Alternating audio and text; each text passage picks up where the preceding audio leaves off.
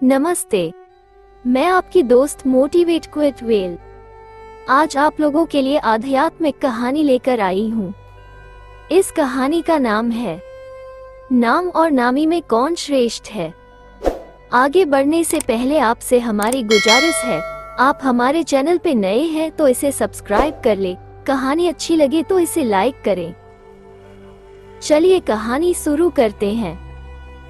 लंका विजय के पश्चात जब राम अयोध्या लौटे और राज तिलक हो गया तो एक दिन राज दरबार में महर्षि वशिष्ठ, विश्वामित्र, नारद तथा अन्य ऋषि धार्मिक विषयों पर विचार विमर्श के लिए पधारे। जब उसी प्रकार के विषयों पर चर्चा चल रही थी तो देवर्षि नारद ने एक प्रश्न उठाया कि नाम और नामी में कौन श्रेष्ठ है। ऐसे प्रश्न को सुनकर ऋषियों ने कहा, नारद जी, नामी से आपका क्या तात्पर्य है, स्पष्ट करें। नारद जी ने कहा, ऋषियों, नाम तथा नामी से तात्पर्य है कि भगवान नाम का जप भजन श्रेष्ठ है या स्वयं भगवान श्रेष्ठ है। नारद जी की बात सुनकर ऋषियों ने हंसकर कहा, अरे नारद जी, आपने ये कैसे बच्चों जैसा प्रश्न किया है। निश्चय ही भगवान श्रेष्ठ हैं, क्योंकि उन्हीं के नाम का तो जप किया जाता है। नारद ने कहा, नहीं, आपकी यह धारणा ठीक नहीं है। मेरे विचार से भगवान से बढ़कर उनका नाम है। भक्त को भगवान के नाम के जप से ही शक्ति मिलती है, क्योंकि नाम के भजन के बिना भगवान कहाँ कृपा करते हैं। पर यह बात सबने आसानी से स्वीकार नहीं की तो नारद ने कहा, अपने मत की प्रतिष्ठा के लिए मैं इसे उचित समय पर प्रमाणित करूंगा। इसके कुछ देर बाद राज दरबार स्थगित हो गई। हनुमान उस दिन दरबार में उपस्थित नहीं थे, इसलिए हनुमान को इस विवाद के बारे में कुछ नहीं पता था। दूसरे दिन राज दरबार लगने से पहले नारद ने हनुमान को बुलाए और बोले, हनुमान, राज दरबार में जाने पर तुम श्री राम तथा उपस्थित ऋषियों को विनय पूर्वक प्रणाम करना, पर विश्वामित्र को प्रणाम मत करना। वे भले ही ऋषि का चोला धारण किए हैं, पर वे ब्राह्मण नहीं हैं। क्षत्रियों की पूजा ब्राह्मणों जैसी नहीं होती। हनुमान ने सोचा, नारद देवताओं के ऋषि हैं, ठीक ही कह रहे होंगे, उनकी बात अवश्य माननी चाहिए। उन्होंने कहा, ठीक है देवर्षि, मैं ऐसा ही करूंगा। दरबार में भगवान श्री राम सिंहासन पर बैठे थे।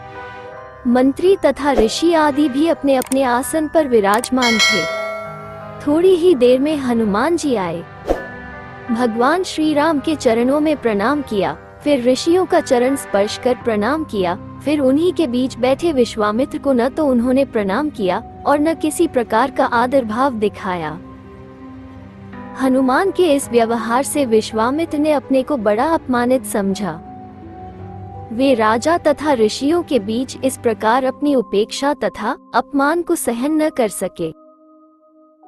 तत्काल ही क्रोध में उठ खड़े हुए और श्री राम से बोले, श्री राम, तुमने अपने इस मोहलगे सेवक की धृष्टता देखी। भरे दरबार में इसने किस प्रकार मेरी उपेक्षा की तथा उद्धत भाव से मेरा अपमान किया। श्री राम ने कहा, गुरुदेव शांत हो जाइए, मैं हनुमान से इस धृष्टता का कारण पूछूंगा। विश्वामित्र का क्रोध शांत नहीं हुआ। उन्होंने कहा, ये तो आपने प्रत्यक्ष देखा, पूछने की क्या आवश्यकता है। अस्त्र शस्त्र के क्षेत्र में मैं तुम्हारा गुरु रहा हूँ।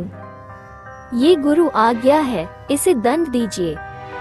नारद ने भी विश्वामित्र की हाँ में हाँ मिलाई तथा कहा, भगवान विश्वामित्र ठीक कहते हैं, हनुमान ने इनका प्रत्यक्ष अपमान किया है।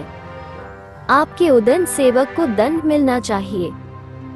नारद की बात सुनकर हनुमान असमंजस में पड़ गए।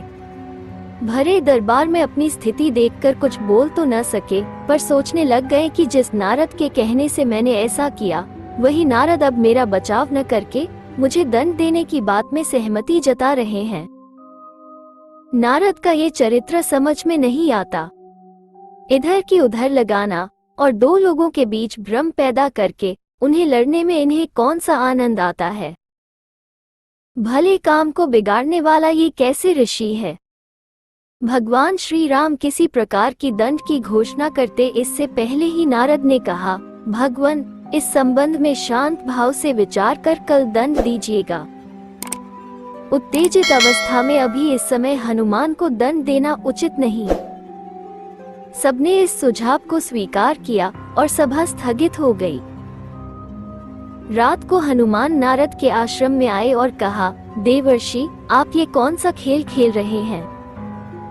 मेरा वध कराकर आपको क्या मिलेगा? मैंने तो जो कुछ अभिनय किया वो आपकी आज्ञा से ही किया था। नारद हंसकर बोले, हनुमान, निराश मत हो, चिंता मत करो। मेरे कहने से तुमने जो किया है उसके लिए दिए जाने दंड से तुम्हारा कुछ नहीं बिगड़ेगा। तुम्हें दंड मिलेगा पर तुम्हारा बाल भी बांका नहीं होगा।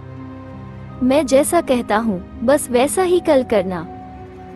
कल प्रातः काल सरयू तट पर ओम राम रामाय नमः इस मंत्र का जाप करते रहना।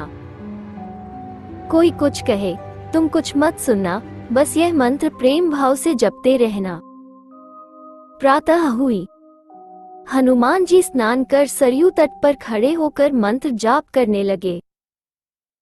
दरबार लग जाने पर जब हनुमान दरबार में उपस्थित न हुए तो श्री राम ने पूछा, हनुमान कहाँ है, अभी तक क्यों नहीं आए? विश्वामित्र ने कहा, आप आज दंड देने वाले थे, शायद इसलिए डर कर नहीं आया। नारद जी ने कहा, मैंने अभी थोड़ी देर पहले सरयू तट पर उसे स्नान ध्यान करते हुए देखा है। भगवान राम बोले, ये हनुमान की एक और उद्दंडता है। हम स्वयं सरयू तट पर जाकर वही हनुमान को दंडित करेंगे।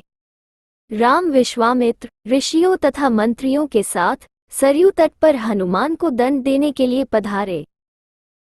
श्री राम अपने भक्त को बार बार करुणा भरी दृष्टि से देखते तथा सोचते कि अपने दुर्दिन के साथ ही ऐसे परम भक्त पर कैसे बाण चलाए। उधर गुरु विश्वामित्र के कोप का डर भी उन्हें सता रहा था। गुरु की मर्यादा की रक्षा के लिए उन्होंने हनुमान को दंड देने का निश्चय किया। श्री राम ने धनुष पर बाण चढ़ाए और हनुमान को लक्ष्य बनाकर बाण छोड़ दिए। अरे यह क्या! बाण तो हनुमान जी के शरीर से कुछ दूरी पहले ही रुक गया। राम बाण पर बाण मारते रहे पर एक भी बाण हनुमान के शरीर को नहीं छुआ। उधर हनुमान राम के बाणों के प्रहार से निश्चित नारद के बताए मंत्र का जप करते रहे। वो मंत्र जैसे हनुमान का कवच बन गया। ये देखकर श्री राम को बड़ा आश्चर्य हुआ। हनुमान में ये कैसी शक्ति आ गई है? उनके दंड का प्रयास व्यर्थ हो रहा था। विश्वामित्र को लग रहा था कि राम अपने भक्त को बचाने के लिए जानबूझकर इस तरह बाण चला रहे हैं कि उनको चोट न पहुंचे। अपनी इस असफलता से विचलित होकर राम ने ब्रह्मास्त्र उठा लिया। राम ने ब्रह्मास्त्र हाथ में लिया तो हाहाकार मच गया। नारद ने कहा, ऋषिव विश्वामित्र, हनुमान के अपराध को क्षमा करें। अगर राम का ब्रह्मास्त्र छूट गया तो सिर्फ हनुमान ही नहीं मरेंगे बल्कि सारे लोक में प्रलय मच जाएगा। ब्रह्मास्त्र से निकली ज्वाला देखकर विश्वामित्र भी डर गए। उन्होंने राम को रोकते हुए कहा, राम, ब्रह्मास्त्र को वापस तूनीर में रखिए। हनुमान के अभिनय को मैंने क्षमा किया। इतना सुनते ही हनुमान को जैसे जीवन दान मिला। राम को धर्म संकट से मुक्ति मिली। सब लोग प्रसन्न हुए। हनुमान ने आकर विश्वामित्र से क्षमा मांगी और नारद जी की ओर देखा। नारद ने हंसकर कहा, प्रभु, इसका कारण मैं हूँ। मैं कहा था ना, भगवान से बढ़कर भगवान का नाम जपना श्रेष्ठ है। उसे प्रत्यक्ष सिद्ध कर दिया। हनुमान ने इष्ट देव भगवान राम के नाम के बीज मंत्र से भगवान की शक्ति क्षीण कर दी। जिस प्रभु के नाम का जप होता है वो प्रभु अपने नाम जाप की शक्ति के आगे शक्तिहीन हो जाते हैं। इसलिए कहता हूँ कि नामी से नाम बढ़ा। ये कहकर नारद देवलोक को चले गए। कहानी अच्छी लगी हो तो इसे लाइक कर दें और अपने दोस्तों के पास शेयर भी कर दें। आपने अभी तक इस चैनल को सब्सक्राइब नहीं किया है तो इसे सब्सक्राइब कर लें। आपकी सहयोग की हमें जरूरत है। इस वीडियो को अंत तक देखने के लिए धन्यवाद।